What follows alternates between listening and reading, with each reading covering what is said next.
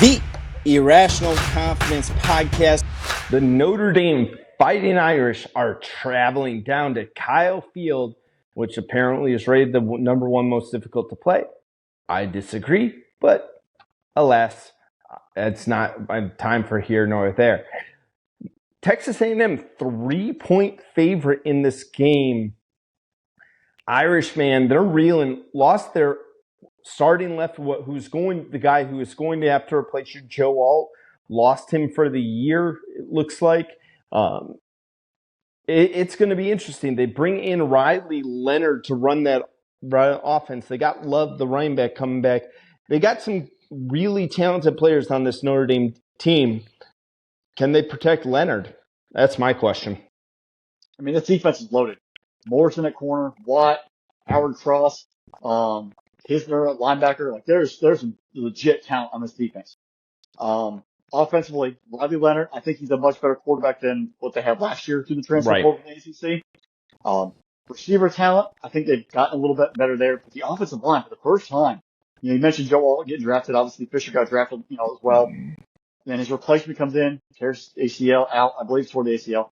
Now you have a true freshman starting left tackle potentially. The rest of the guys are kind of suspect and trying to get the gel of the offensive line together. Not the best place to go. Was Peck. Not the best place to be heading into with offensive line issues across the board. Inexperience, continuity, all that sort of thing. If Riley Leonard can stay upright and they can run the football and play an ugly defensive-led football game, they have a chance. If they get to a shootout with Connor Wegman and that A&M offense, which under Colin Klein could possibly happen, I don't know if they have enough to keep up because eventually that A&M defense will catch. Mike Elko can coach defense, and those guys will get there. Notre Dame's got to make it ugly. You're going on the road. Protect your quarterback, run the football. It's easier to get off the ball and block for a running game than it is to have to worry about pass pro and getting the different checks at the line of scrimmage. Run the football, dictate the line of scrimmage, wear the game out. Let your defense force short fields. Let your defense get after it, force some turnovers. Do not try to be a hero on the offensive side of the ball. Riley Leonard, I also hope this season you're actually 100% healthy because last year, when you played Notre Dame at Duke, your injury knocked you out of the ballgame. You had a chance to beat Notre Dame. When you were at Tallahassee and playing Florida State, you had a chance to win, but you were knocked out of the ballgame hurt. And hope you're healthy. If you're healthy, you can make this team you can take this team to another level. But being healthy is the most important part. Sometimes not running when you should, might help you because you're going to take extra hit there. Sometimes just getting down, sliding, getting out of bounds. Maybe that one extra yard where you're going to get knocked at a good, give it up. Give yourself up. Save your body. Think the long game. Because if you're knocked out, Notre Dame's done. You are going to carry this team one way or another. You've got to be mindful of that entire experience. Learn from last year, get healthy, and go forward. A&M got a new sheriff in town. Jimbo's gone. Mike Elko is a football coach's football coach. This team is going to be aggressive and physical. They are going to pop people in the mouth. A lot of the guys from that 2 years ago, the big time recruiting class and all the extra money and the nonsense and whatnot, I think they clean most of them out. All that now, these guys are football players who are going to play for the Aggies. They're going to play 100% for Elko and that entire team. That's what I think they are. That's what A&M really is at the heart. They're guys, they don't care about the glitz and glamour. They play for A&M. That's why the 12th man exists. They play for each other. They play physical. The whole Junction Boys mentality from way back in the 50s. It's that we're going to just pop you and to make you feel when you came to play us, you're going to hurt. That's what's going to happen here. We're going to have a knockout, drag-out, old-school football game on Saturday night. It's not going to be a 35-30. Johnny Manziel ain't running around throwing touchdown passes in the ball game, folks.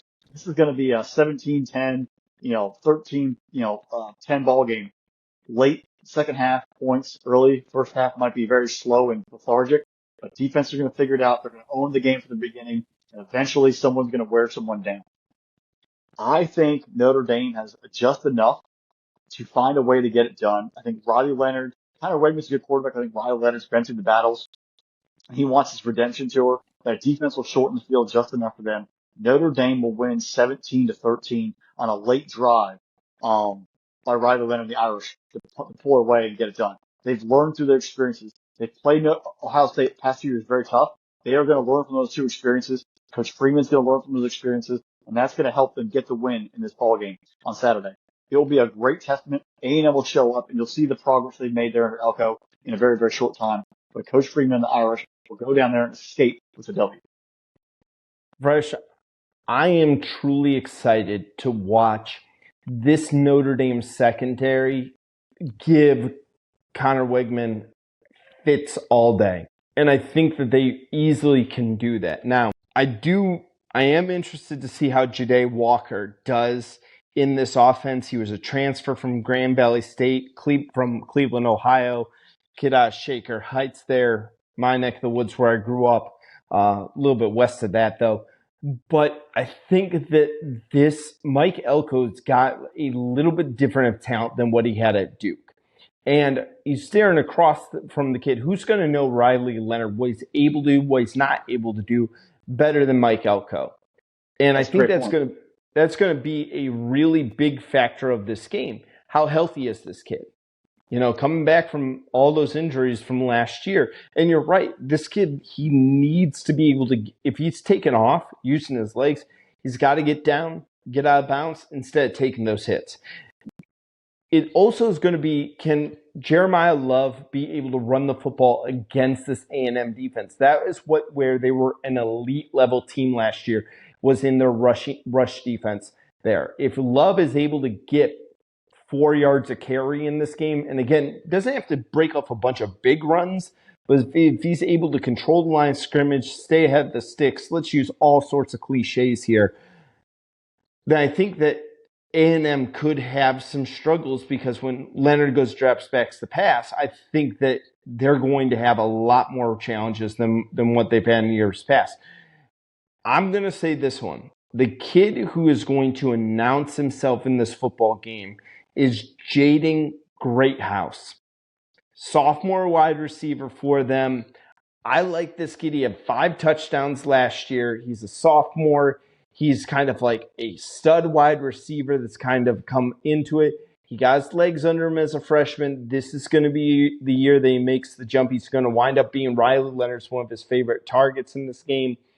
I got him having a big game for it. I think this game is going to have a little more points than you do, Fresh, but I'm going to go the same thing. I'm going a field goal game, 27-24. Notre Dame wins this football game.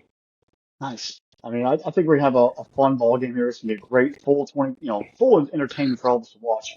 One A&M player I'm paying attention to, running back Amari Daniels. With Ruben Owens being lost for the year, now it's just him. I got a feeling they're going to feed him a lot, especially early in the football game.